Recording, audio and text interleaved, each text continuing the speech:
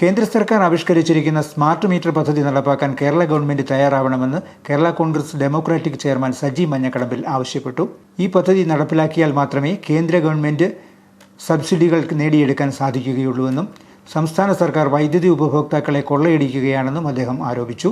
Smart meter പദ്ധതി കേരളത്തിൽ നടപ്പാക്കുക, മീറ്റർ ചാർജ് ഒഴിവാക്കുക, ഫിക്സഡ് ചാർജ് ഒഴിവാക്കുക എന്നീ ആവശ്യങ്ങൾ ഉന്നയിച്ച് സംസ്ഥാന വ്യാപകമായി കേരള കോൺഗ്രസ് ഡെമോക്രാറ്റിക് പാർട്ടിയുടെ നേതൃത്വത്തിൽ ശക്തമായ സമരപരിപാടികൾ ആരംഭിക്കുമെന്നും സജി മഞ്ഞക്കടമ്പിൽ കൂട്ടിച്ചേർത്തു.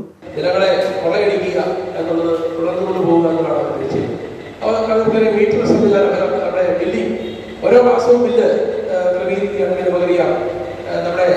നമുക്ക് കറണ്ട് ചാർജിന് ഒട്ടേറെ അല്ലെങ്കിൽ കുറവുണ്ടാവും. പക്ഷെ അതൊന്നും ഗവൺമെന്റ് തയ്യാറാകുന്നില്ല. എങ്ങനെയും ജനങ്ങളെ കൊള്ളയടിച്ച് ഇവിടെ ഭരണം നടത്തുക എന്നുള്ള ഒരു നയമാണ് എന്ന് പിണറായി ഈ സർക്കാരിന്റെ നടത്തിക്കൊണ്ടിരിക്കുന്നത്. നമുക്കറിയാം, ഇവിടെ ക്ഷേമ പെൻഷൻ ഉൾപ്പെടെ എല്ലാം ഇപ്പോൾ മുടങ്ങിയിരിക്കുന്നു. വിലക്കയറ്റം കൊണ്ട് ജനങ്ങൾ പൊറുതിമുട്ടിയിരിക്കുന്നു. കാർഷിക വിളകളുടെ വില തകർച്ച കൊണ്ട് ജനങ്ങൾ ആകെപ്പാടെ ബുദ്ധിമുട്ടായിരിക്കുന്നു. നമുക്കറിയാം, അവരുടെ 250 രൂപ തറവില പ്രഖ്യാപിക്കുമെന്ന് പറഞ്ഞുകൊണ്ടാണ് രണ്ടാം പിണറായി സർക്കാരിന്റെ അധികാരം വന്നത്. പക്ഷെ അതൊന്നും പ്രായോഗികമാക്കുവാൻ അവർക്ക് സാധിച്ചില്ല. കേരള കോൺഗ്രസ് ഡെമോക്രാറ്റിക് ജില്ലാ നേതൃയോഗം ഉദ്ഘാടനം ചെയ്ത് സംസാരിക്കുകയായിരുന്നു അദ്ദേഹം.